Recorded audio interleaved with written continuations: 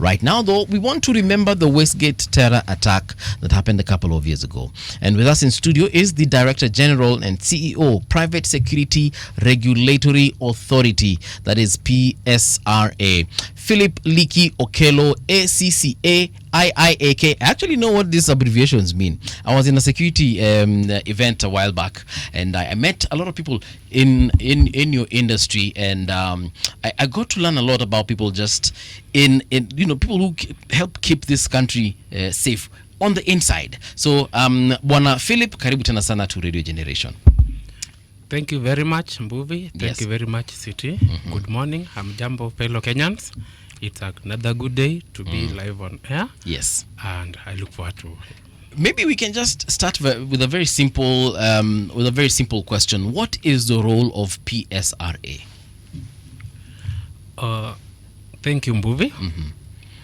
First, PSRA stands in full for Private Security Regulatory Authority, a state department or a state semi-autonomous government agency domiciled in the Ministry of Interior and National Administration. We are headed by CS Waziri Murkomen and the PS Dr. Raymond Omolo. Then now we cascade it downwards. So as a department or as an agency, we are tasked with the mandate of securing Kenya, but through the private security. That is under the Section 7 of the Private Security Regulation Act, Cap 207.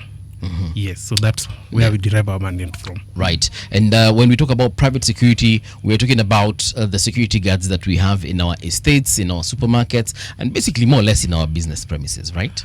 Very true, but we are only not limited to the security guards we see in our malls, in our estates. Right. Our mandate also includes the regulation of the private investigator. So, Mbuvi, if your spouse is cheating on you and you get a private investigator to bring the evidence. Yes, that person is under you. That person is under us. We license them, we register them. And therefore, you can also revoke their licenses. We also talk of cash in transit. That's a service under our purview. When you talk of CCTV, be it that you are an installer or you are a vendor, you still fall under us. And many of the locksmith and very many. And also for events, the stewards. Formerly they are called bouncers. Bouncers, stewards, those are, we license them, we register them. They are under the Private Security Regulatory Authority. So wait a minute. Did you just say that we have private investigators here in Kenya? Yes, we do. Do you know me? I thought every private investigator is actually an investigator, probably in the police service. Ni venye tu unamwambianga tu when you're free, city as a DCI officer maybe, when you're free, can you just confirm if my wife is cheating on me? I actually didn't know there's a is it a thriving industry ama ni ka industry tu kako hivi? Oh my God, let me tell you, City and this is an industry that is very ripe. We know the players, we know the licensed ones. If you are seeking for that service, when you write to us or you come to the offices, we'll give you the most accredited ones. And the misconception is that they are DCI officers or they are police, which could be true based on the fact that the industry that we serve or we are operating, we are majorly made up of former security officers. For example, if you go through our act, the one I've talked about, it bars an active serviceman or woman in uniform to run a parallel security company. Therefore, you find that once they are discharged and they have the certificate of discharge, then they transition easily to this industry, the private security. So you are not that wrong, but there's a very thin line between actively serving and then the private security.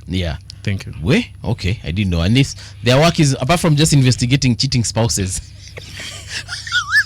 what else? Maybe 2 or 3 things they also investigate. For example, I'll give you an example of mergers and acquisitions or takeovers. For example, if you have foreign companies buying existing local companies, they use their services. For example, I'll give you a very let's say when Albertech, down of McKinney, was buying Regis Runda, our services were needed. And so it happens. And maybe there are times that, let's say the credit offerings. Maybe you've taken out a loan and umepotea na pesa ya bank ama sako or the MFIs. So, nyinyi ndio mnaitwa mu investigate your mom. And trust me, the ones that we've seen, they do a good job. But then, if in case of there's criminality, then the law takes it.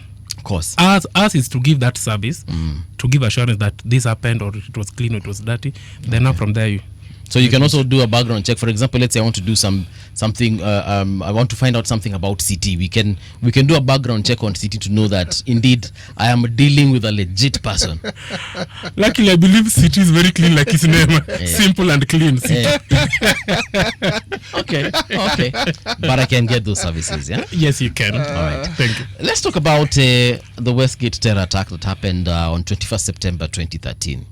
That must have been a very how do I put this? Must have been a very tasking moment, especially for people in private security.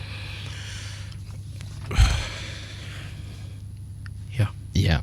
It must have been one of those moments that our security systems were tested, and not just the police, but private security individuals. What did we learn from that particular attack? So, as we begin this topic, my heart goes out to the 71 or so Kenyans who lost their lives and the compatriots.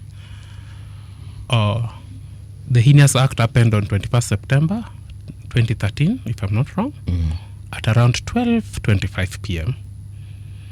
So my heart goes out to brave Kenyans who lost their lives and their families. Equally, my heart goes out to, all over the world. These things happen, but they're unfortunate, and they should not happen. Yeah. So acts of terrorism like what happened in 2013, those are heinous crimes that we should not allow. Meanwhile, in those circumstances that they happen, then all Kenyans are called upon to act. And private security officers, those were the first line responders. They did an amazing job, and they tried. And we can remember, for example, I remember seeing our men in uniform, private security officers, pulling kids in a trolley from the supermarket. We think it was Nakumat then. Wanawakimbiza nje haraka, So it was an unfortunate event, but we played our role. Our men in uniform, now the police or the KDF and the REC squad, they came and did their work. But they relied on our information to tell them that this is happening, and we sent out the signal the moment that we realized this thing was happening. And let me thank the security organs that they came in full force. They mobilized within a short time. But also equally, when you remember the day, because we can relive them, the moment, there were even armed civilians, Kenyans, who were trapped within the mall. A good example is our NIS director, Nurdin Haji. You saw it, he was there. And he called out his brother, and they came, and we saw private security officers doing their job, armed civilians doing their job, the expatriates who are there with security background were there doing their job, and Kenyans, that's the moment that Kenyans came together to say that security is our primary concern, and quickly evacuated the people. And let me say that I am happy that the 4 terrorists, the cowards, they were silenced. At least that gives us hope. But it cannot take away what happened, the events of the day. Yeah. I mean, life is very precious. Once lost, then I guess it is what it is. In terms of learning, again, going back to that particular event, and we've had other events as well. For example, the Dusit event that happened. What have we learned from these particular events as far as our private security, our guards, our bouncers, our stewards are concerned? For instance, have we enhanced our training for these individuals? Have we equipped them better to deal with these particular situations if they do arise? We hope they don't, but if we have another situation, are we well prepared now? Yes. Actually, the organization that I'm very proud to serve, I think, came up as a result of those unfortunate events. And the government back then, and even today, realized that there's potential for private security officers to coordinate with the national security infrastructure. Actually, if you look at the act, post the events, so there came a rule or regulation on how to professionalize the industry, and that's how it became with the Private Security Regulation Act, Cap 207. So there you find that under Section 45, we are mandated to coordinate and to cooperate with the national security organs, courtesy of those events that we've mentioned. They do sit D2 and the Westgate, among many others. But there have not been that many in the country. We thank God for that. So currently, our guards, our officers, our stewards, we have a training curriculum for them. That if you are to serve as a guard within this building or outside there or during event management, there is a training that you shall have gone through. And then the good thing that we see is that companies, let's say for example, let's say Riley Falcon, once they have our training curriculum, they have gone as far as now cascading it down and adding on to things that we do not give to suit their kind of job or as engagements that they're engaged in. Okay, so yes, and then currently the authority has licensed around 29 training schools that offer security training privately.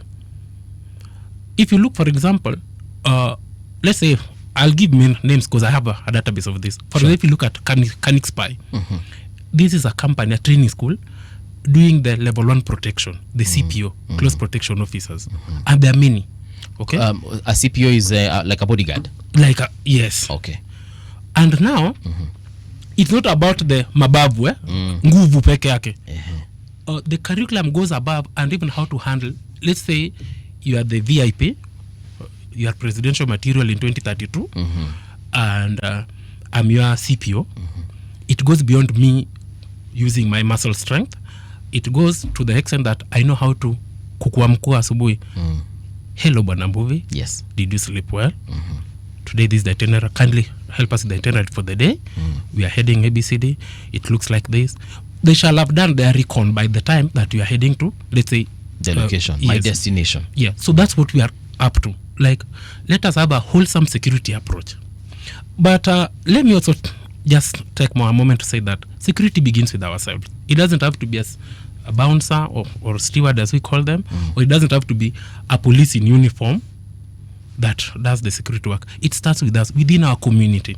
And this is why I'm bringing, let me say, for example, the CARA, Kenya Alliance of Resident Associations, are very many other resident associations. Like in Kilimani here we are, yes, there is a resident association, okay? Yes. You know, these criminals or these elements, they leave their homes, which is within our premises. They go carry out their act somewhere and then they come back. Okay. So our security starts with us. Let us get into the resident associations. Tujue jirani yako ni nani. For example, if City is my neighbor, najua City anaenda radio generation asubuhi saa 2 ama saa 12, most likely City comes at midday. You know, at least you can. But if you find kuna mtu traceability yake inakuchanganya kidogo, yes, tell your neighbor, let us collaborate with the security. Actually, the security officer within this building or within the surrounding, they have direct access to the OCS of the nearest police station. And that was intentionally designed by the makers of our constitution and our act, so that we cascade the security concerns in an efficient manner. So that's where we are. Security is a wholesome issue. It's not about the men in uniform or the private security officers. Mr. Leakey, I've always had this question. I go to a mall, and then let's even say maybe ni mhalifu, maybe I'm a terrorist and I'm carrying a gun or whatever. Then I get to this mall, and then they search me, and then the alert goes off. That thing that they used to detect, it goes off. What will happen? Because akona maybe a baton, ama maybe hata saa zingine hawananga kitu, but me, I have a gun. So now what will happen in that situation? Are they trained to deal with that situation? Because me, once nikitoa ile bunduki na nimwambia lala chini, si atalala tu. Or are they trained in karate? And I'm asking this, it might sound funny, but I just want to understand if they're well prepared for such an eventuality. Philip, this man watches very many movies. Yeah. He's now replaying a movie he has watched. We'll not ask him which movie it is, but... but you get my question, and I'm sure this is a question a lot of Kenyans have. Yeah. Zile za, huyu security guard pale ndiye amenisearch. What if the next person behind me is carrying a bazooka or some weapon of sorts? You know, what will happen? Are they well equipped for that? It's true. Yeah. When you go through these malls, Yeah. work on the detector. Yes. Then that's just it. That was until around 2019. Post-COVID or during COVID, then squeezy, you go through the scanner. Actually, rarely do you even use the that car the thing. car plate. Yes. But then, trust me that when you get to a mall today, the private security officer you find at the door, your security does not just start and end there. There are people behind the scenes that you will not know, but personally I know because we take their roll calls in the mornings. And for example, today we'll walk into Westgate today. The company is doing an amazing job. And please, when you get in and they ask you to step out of your car, they use the sniffer dog on the car, and then you go through the security check. Fellow Kenyans, we don't intend to embarrass you to get you out of the car for the sake of it. But security starts with us, and those are just the simple things that we need to do. But yes, we have a good number that in case they escalate, there is the supervisor within the building. Then trust me, you'll be taken down before. And today I'm telling Kenyans, when you go to a mall, you will not only find a private security officer there and then maybe the supervisor. There are police in uniform and there are police in civilians. Okay. So security matters is a primary concern to the country and we take it very seriously. No, Siti, unajua nimuulize swali because these are conversations we've had with our friends. Zile za wale marafiki zako. Unasema soja ameni search sawa. Na ningekuanga na bunduki manzi angenifanya nini? Of course, mimi sina bunduki, but you know that question. Zile za, are we really safe? Because once you've passed through that scanner and then they do that wand on you, because sometimes you even pita na kitu kanalia, then they let you go. So you wonder, so what if I'm actually hiding something in my back? So questions, and that's why I just need to understand. But I like the fact that you've said that the security doesn't just start there and end there. I could be next even to the teller, and maybe that teller is a black belt. Too many movies, City. You correctly pointed out. And movie, allow me to point out one thing. Please do, yeah. From the basics, and let me talk to the 58 million Kenyans who are listening to us. Hii maneno ya kuita our officers uochi, soja, it ended with the enactment of the Private Security Regulation Act, Cap 207. Okay. They are called private security officers. Na kama hiyo jina ni ndefu, tafadhali ita tu an officer will know who you are making reference to. Okay. But ile enzi, now it is a criminal offense. Really? To call someone soldier. You see, I've seen this place is being manned by Bob Morgan. You know, when we come in as security persons, we have to know tunaenda kwa kina nani. The gentleman outside there and the lady, if he reports to us that CT called them Wochi, we just take an action. But then before that happens, before we escalate it, it is just good that we make it on record that they are called private security officers. Okay. Please let us bring humanity, the human way. Let us bring dignity to the profession. The number of times I hear those ladies and gentlemen being called soja. Hata kwa soja, hebu nisaidie kutoa hizi vitu kwa gari. People who call them soldier actually think it's a term of endearment. Yeah. Just like you call a motorbike rider pilot, or you refer to a cab driver pilot. It's the same way. It's not meant to be offensive. Yeah. Yes. But now they have rejected it. Well, with good reason. With good reason. They are elevating the status of the individual, which is supposed to be commensurate with the responsibility they have. But then, this is perhaps outside your purview, Philip, but what has been done about their pay? Because the places we live in have security officers. The conversations we have with them and what they are paid. Every time you hear that there was a problem within that gated community you live in, the first people who are arrested are the security officers. And if you happen to know the DCI officers or know that they're there and you ask them, they'll explain to you and say, this is the person who sees, who comes. They give you an explanation, a logical explanation. Is there anything that has been done to ensure that these individuals are given a pay that is commensurate with the responsibility that they're given? Thank you. This topic has been there for the past 2 years or so. It is true that everybody, every one of us deserves a fair pay for work done. However, this has not been the case in the industry. So when I came in, I called on the employers, okay, the industry associations, we have associations, and I clearly made it, called them out and told them, that surely our officers deserve better remuneration for those who are not remunerated in a better way. And we had engagement around them and the genuine concerns. For example, City, let's say this company, Philip Company, okay, or Leakey Company, I go and get a contract with Radio Generation. And when you do the costing, we find that you are able to pay per head or per guard 20,000. Okay? So when you pay my company 20,000 per head or per guard, then we have to work around on how much to pay the guard. The person actually doing being domiciled in your organization. So you find with that, and this is what the employer said, like we are willing, able, and ready to pay you whatever amount you want us to do, but remember we are under contract, and then they pay. So if you are paid 20,000 per head, you don't expect this company to go pay the same guard 21,000 because there are overheads, okay? And then because these companies are also in business, there is the margin that they have to get. You do work for profit, okay?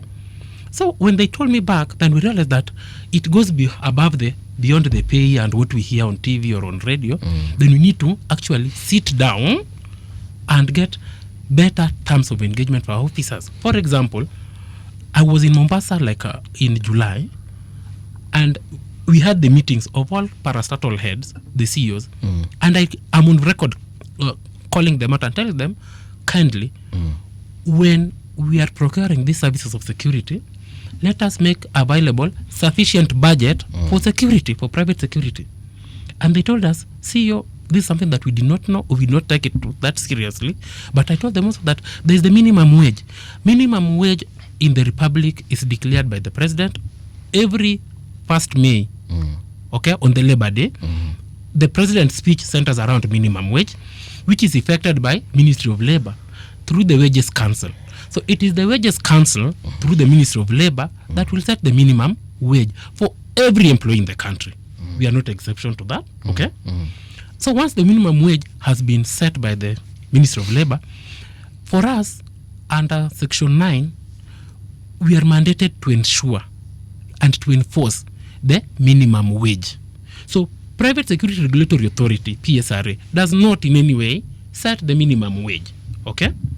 But PSRA ensures enforcement of the minimum wage. And then we go beyond that by now asking our partners or our employers or potential employers that, especially from the government side, I'm on record and told them, let us just, government is about budget setting process. For example, for the next financial year, if you do the costing, please, let us ensure that we capture the minimum wage is when now you cost going higher. So that is where we are, and I am very happy. But then there are some companies that pay more than, what the minimum wage states. So I'm very happy with them, and I encourage all others also to step up and let us have a fair pay for work done. Could you walk us through how you enforce this so that we understand?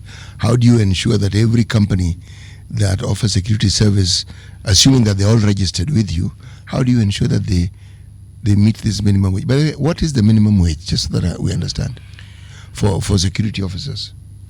City, the gazetted minimum wage by the Ministry of Labor for daytime guard is around 18,000. That is the gazetted minimum. Day guard? Yes. Which means it's and the night guard, it has to go higher. You see? Because the threat level goes higher. And then the fact that the night guard will probably work, under not very so immune conditions compared to the daytime. So then you'll find around 19 or something thereabout. Right. So ours is to ensure that when we come to the table to talk, we and these are, for example, if you look at KK is doing an amazing job insofar as paying their guards the minimum wage. Then there's this security company called the Securex. They are now called Garda. The Garda World. Actually, I'm the one who gave them the license. Oh, yes. Yes, I'm the one who They're the ones who bought KK. They're the ones who bought KK. And then when I was in Tanzania and I realized that East African countries had changed to Garda World and we are a bit lagging behind, I called the country manager, Rish,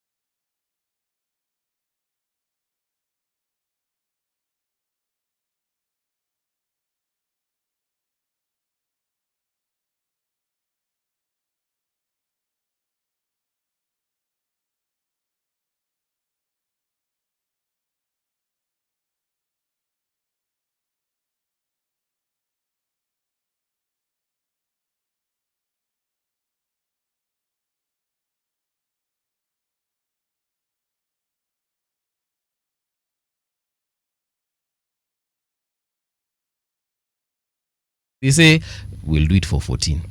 And as an employer, of course, sometimes some of those employers will throw ethics off the window and say, fine, let anyone have 14. Yeah, it's very unfortunate. But that said, in terms of their remuneration, do we have other needs for them? What are they called? Other benefits for them, such as medical cover, insurances, and so on and so forth. Maybe workplace insurance. Thank you. Yes, a number of companies are first and foremost. Let me say that I'm very happy with the companies that I'm interacting with. These companies under my purview, we've gone hard on remittance of SHA, and with the SHA, our people can get medical access, get medical access conveniently, because SHA has become very seamless. And that's the report that I got from them. I've had an interaction with now the guards themselves, a good number of them, and they say that SHA is working, and I'm very pleased with that. And then we went a further ahead and said and ensured that they do timely remittance of SHA by the employers. And so our guards are getting their SHA, because these are being deducted from their pay slip. And that's why we go for the minimum wage, so that at least they take that cover, the caution. And others have gone even to give beyond that, the medical insurance, the companies that are doing that. The private insurance now. The private now insurance. And then now the life cover, the good number. But we encourage them to adopt these things easily, so that in case of those unforeseen eventualities, at least the dependents will remain, So, and then we know these are very risky industry. Yeah. Guarding and provision of security. And we don't want our people, to be taken lightly at that. And before I finish on this, yes, why I'm going very hard on ensuring that our people have something take away home and the insurance and all that is because I don't see myself different from them. Yeah. Now this is my personal story, and thus I'm very happy to serve the industry. For example, please don't take that out of context. I come from a family where my mother was just a high school cook. As early as the year 2000, she was earning, I think, 1,650. So when I engage with my private security officers, I know what they feel. I know what they go through. I know it takes them to bring food on the table. Yeah. And that's why I go hard on employers at times to ensure that we do just a living wage, Let us pay our people, Give them something dignified. 10,000 na is taki. Hata kama contract we've signed for sijui pesa ngapi. So that's why I'm trying to raise the standards. And I'm very happy that I'm being led by a very sober PS of Interior, Dr. Raymond Omolo, whose story is not very different from ours. And he tells us that let us be humane in the entire industry, and that's what we are working on. Yeah. So I assure all my guards, please let us be professional at our job. And in case where there are disputes or there's something that needs to be done, I am very approachable. We have actually sent out an invite to the PS, and we hope one of these fine days he will come to the studio. In Uganda, I usually see guards, and correct me if I'm wrong, I usually see guards actually have weapons, guns, like they have. Yes. So why are we not doing that here in Kenya? Actually, extend it to Tanzania. They also have guns? Yeah, if you go to a supermarket, you'll find the private security officer there with a gun. For us, it is let me say it, and I think the people in the best place to say, but with the NSAC, we've had meetings, and we continue to have engagements around the same. Yes. And in due time, the PS Interior, who sits in the committee, will issue a comprehensive statement. But yes, there are engagements ongoing around the same issue. Mbuvi, you are of the opinion that they should be armed? Well, obviously not all of them, but I'm of the opinion that yes, in especially some establishments, they probably need to be armed. There is a thinking behind that. Huh? You who watch the movies you watch. Yes, action movies. Yes. And the amendments that the Americans keep quoting regarding their freedoms and what have you. The more guns you have, the more gun violence you're likely to see. I like the Kenyan policy. I like it. As it is. I actually like it. So that those who have guns are known. It is easy to determine. If you're licensed to carry a firearm, you are known. Those who have firearms, we know they're security officers, they're police officers. It is good. I personally prefer that it is kept that way. It may appear that perhaps those guards who are not armed are disadvantaged. I think not. They are less of a threat to the perpetrator who has a gun. If you have guards who have a gun, those who come to rob you with guns will treat you differently. Because they know that the likelihood of them dying when they encounter you is higher. If they know all you have is a rungu, it's unlikely that they're going to shoot you. They'll just probably disable you and tie you up and leave you alone. I'm simply saying that the thinking behind having a gun and assuming that it will give you more security, that thinking is actually not premised on truth or reality. Maybe because I don't have the stats on Uganda. How are things in Uganda? Do they have more gun violence now that majority of the guards there have guns? The history of Uganda now differs phenomenally.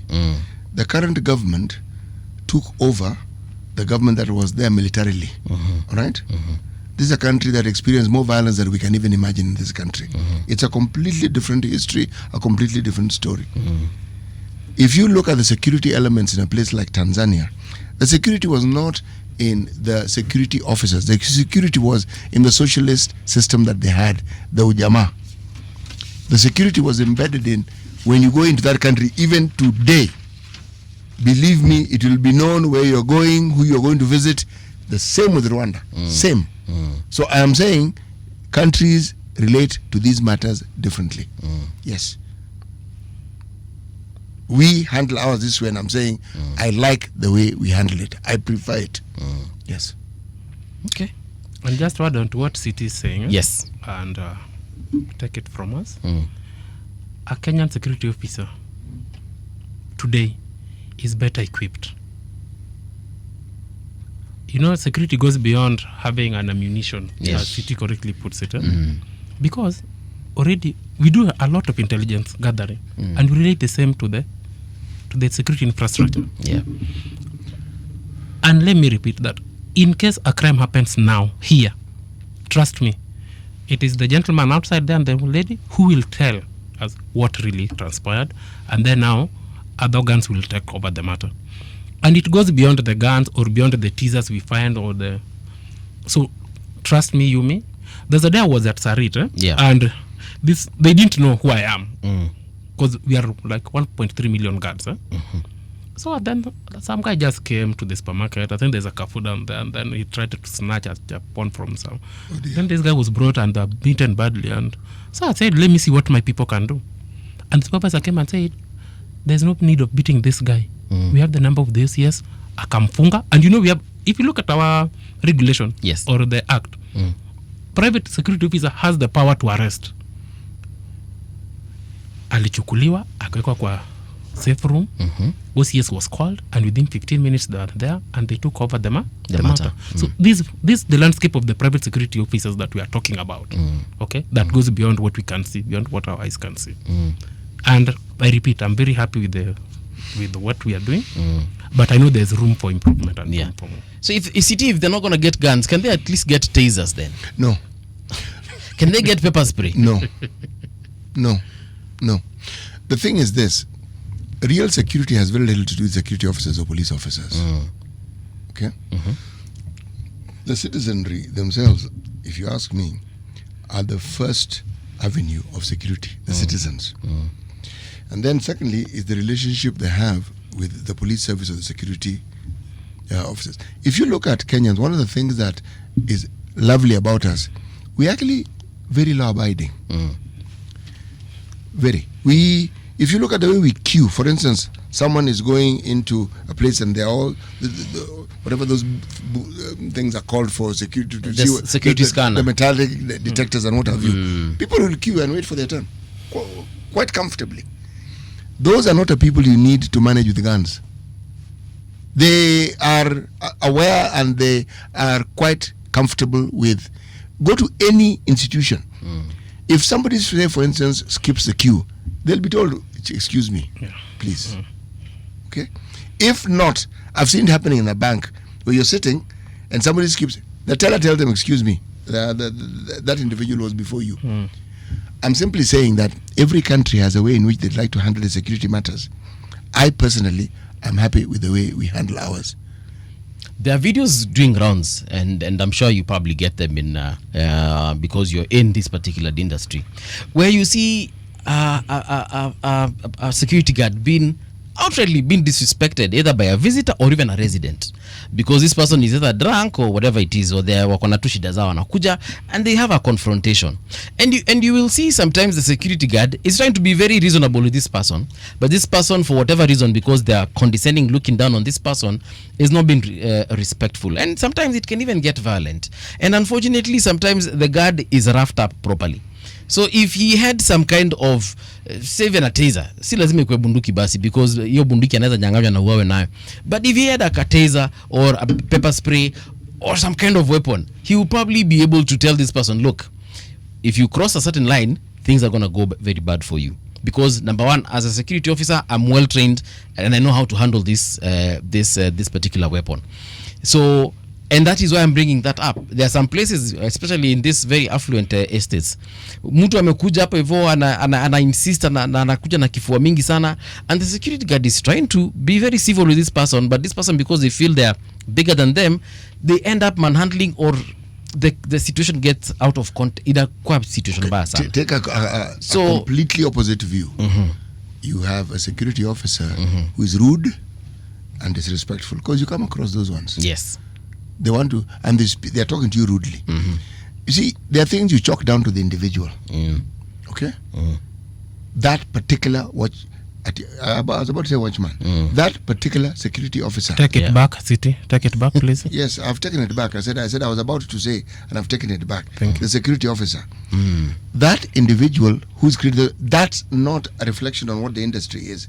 Or like this fellow who wants to pick a fight with the security officer. Yeah. That person has his own problems. Okay?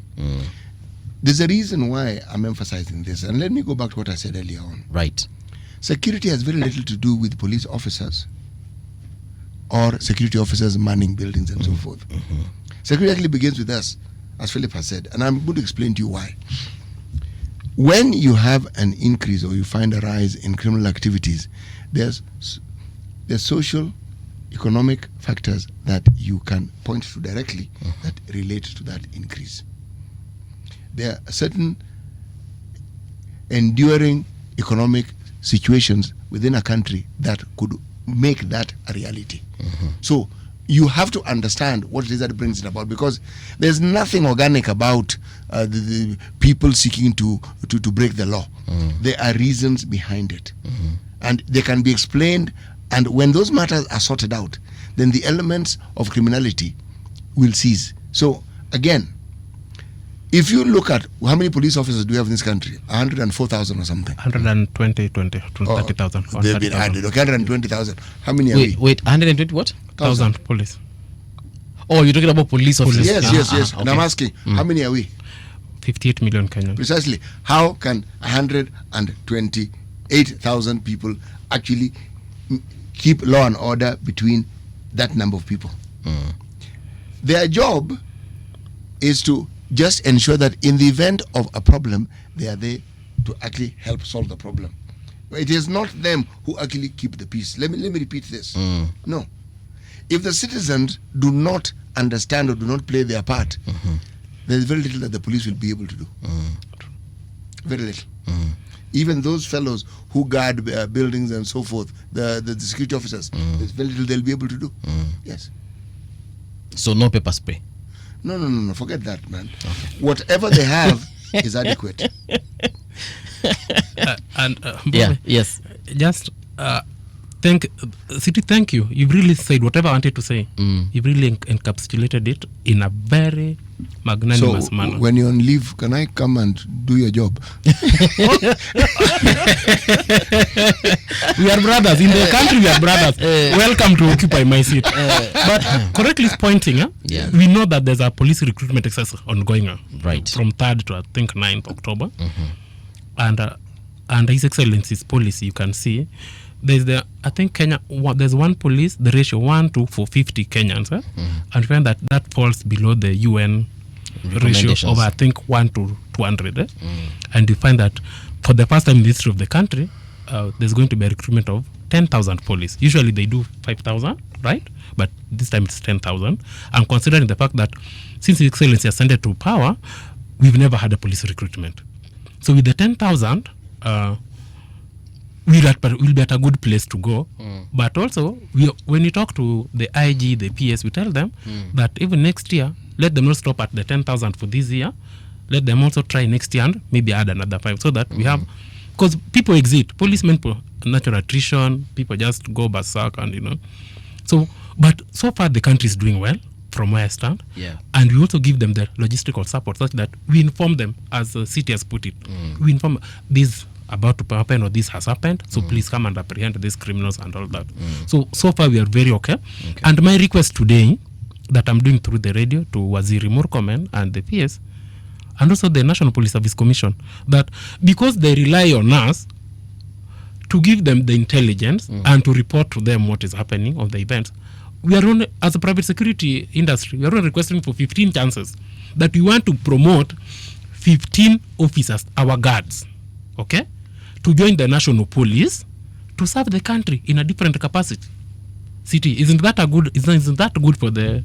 Well, why it makes perfect sense is if we're recruiting from National Youth Service and their training is not quite the same as the security officers that we have, I see no reason why not, because already they have the training.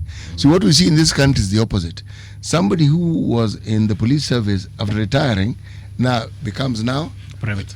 Yes, a private security officer. We've seen that. Yes. But if that can happen, why not the reverse? Oh yes, I don't think it's an unreasonable request. Yeah. I don't think it's an unreasonable because the truth of the matter is this: if you look at what the needs of the country, well, the needs that we have within the country, it is actually important to have that diversity of engagement or employment. Yes. Because then, again, you raise the hope of those who are in that industry because they realize that beyond doing what I'm doing, I can actually be something. If I'm actually more good at what I do, there's a likelihood that I could actually join. And I think it's a good idea because it will also increase this is what I'm looking for. Watu wataanza kupenda hiyo kazi sana kuliko venye wanaipenda saizi because they'll know this can actually be an entry point to something bigger, higher. I think the request is a fair one, but it's something I have to ask. This training that we take the private security officers through, what exactly is it, and how does it differ from the training that the police men and women who serve in that service have? How different are the training processes? Because even the level of technicality between the uniformed and us, it's so much difference. But us is true. We are doing the bare minimum. But when you go to Kiganja or you go wherever it is very intense. Or even for the Ngaos, the paramilitary, it's more intense than what we do. So us, we are doing the basic. And majorly, I was also engaged around communication. We'd want that when you get into a building or get into your home, you have a security officers who understand this is city. City, maybe ametoka kazi yako na pressure. City amekasirika. How do we welcome him to his home where he wants to come and relax? But now when you go now to the uniformed servicemen, vijana wakanja, it's no joke. So it is true the level of training quietly and vastly differs. The reason why I'm asking this question is based on the suggestion you've made. Yeah. You elevate the value of that service by their training. Yes. The reason why people have a lot more respect for, say, the APs, people are aware of their training. The reason why people have even more respect for GSU is because they are aware. Now, historically, of course, those of us who've lived longer, whenever you heard GSU and you happen to be in the university, you really wanted to leave the premise of that university as quickly as you possibly could, because your life was most likely in danger at that point in time.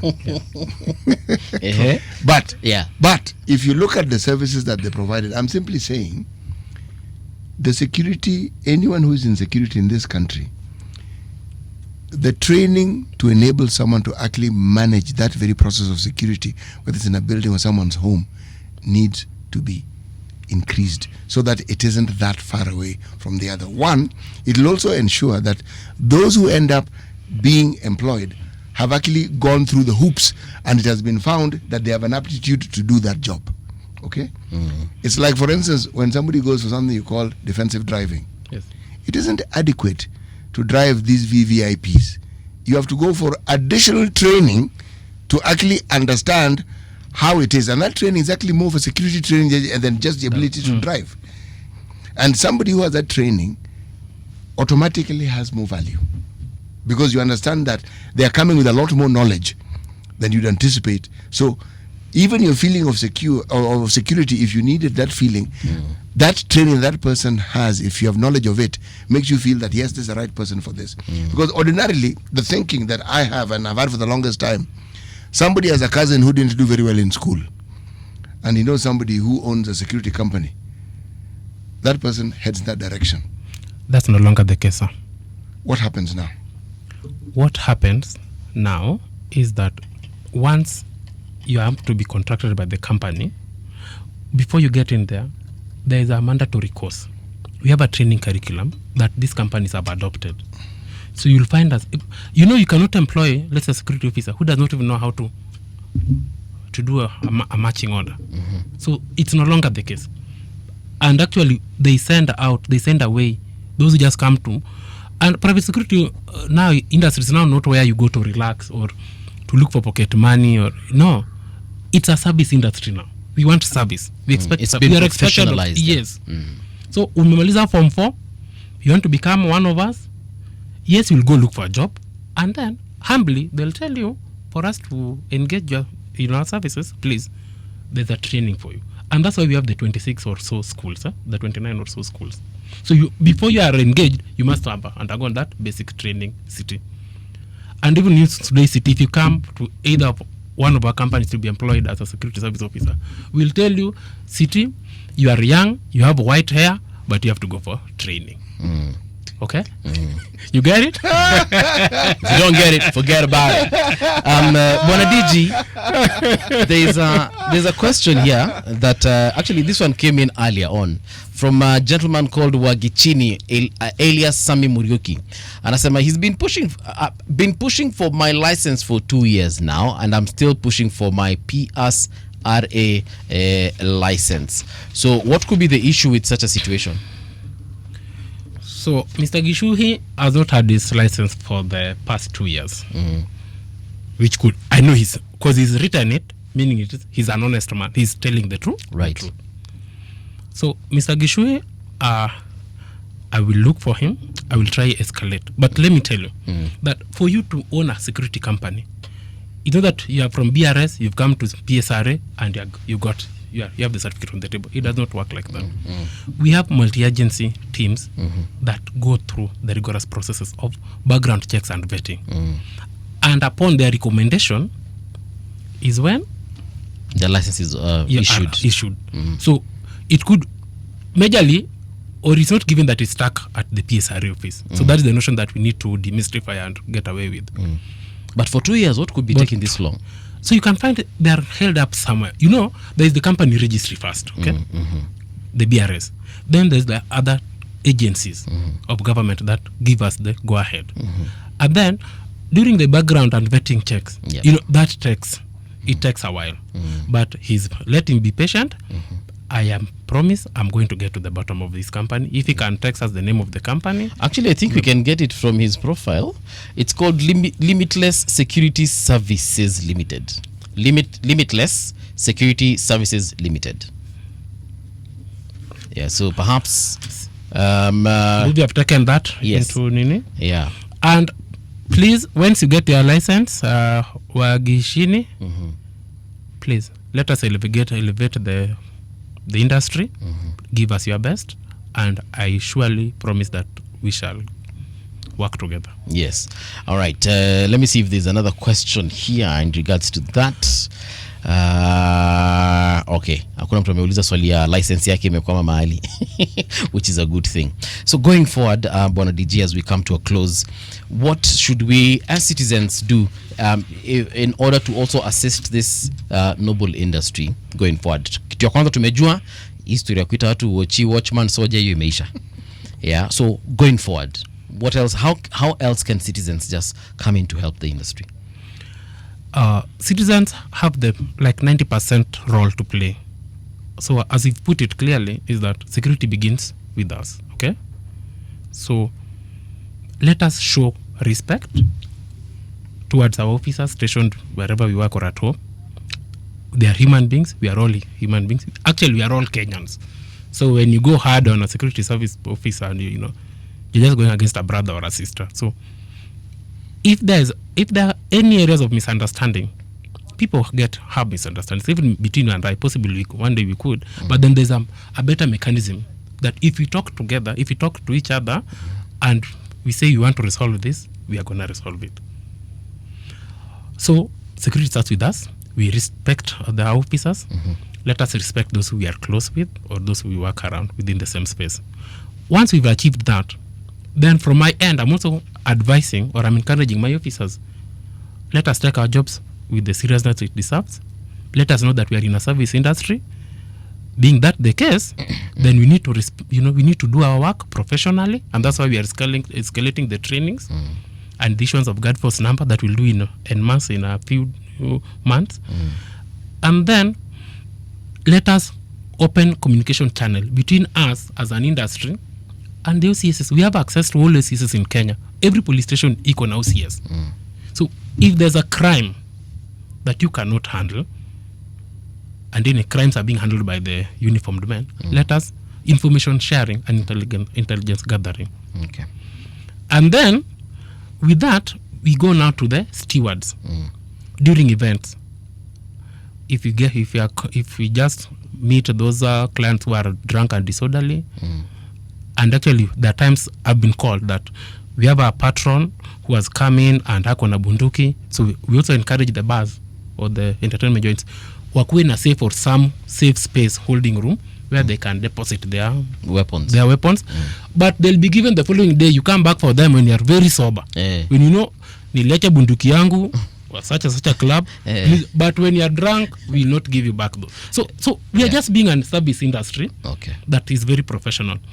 And also I cry or I call on all, let us respect each other. Let us respect the work that we all do. Today I came, you called, I came, and we've had an engagement. Respectfully, I feel respected. I respect all of you. I respect all Kenyans. So when you walk into a mall and they are told, Mbuvi, shuka kwa gari, you have sniffer dogs to search the car, or please. Shuka tu. But then we don't want to see. Si tunataka tu tufanye kazi yetu na tuende. Okay. So, but we love you all. And also I'm also encouraging, finally, the employers, the owners of these security companies. Tafadhali.